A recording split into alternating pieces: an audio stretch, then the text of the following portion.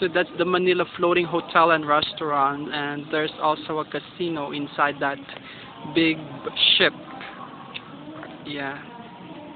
Okay.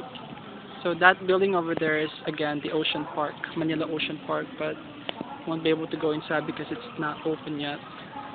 Grand opening was supposedly today, but it was moved to March 1. So that's the car. That's Kuya Eddie Boy. Hello. Okay, so we'll be going back inside the car now. Okay, and we'll drive some more.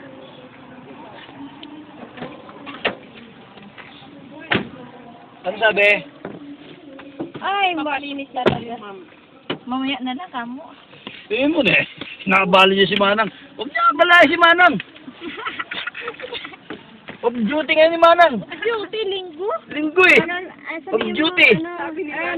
Kami na lang lahat. Oo, sabi mo, punta tayo. Punta tayo doon para linis.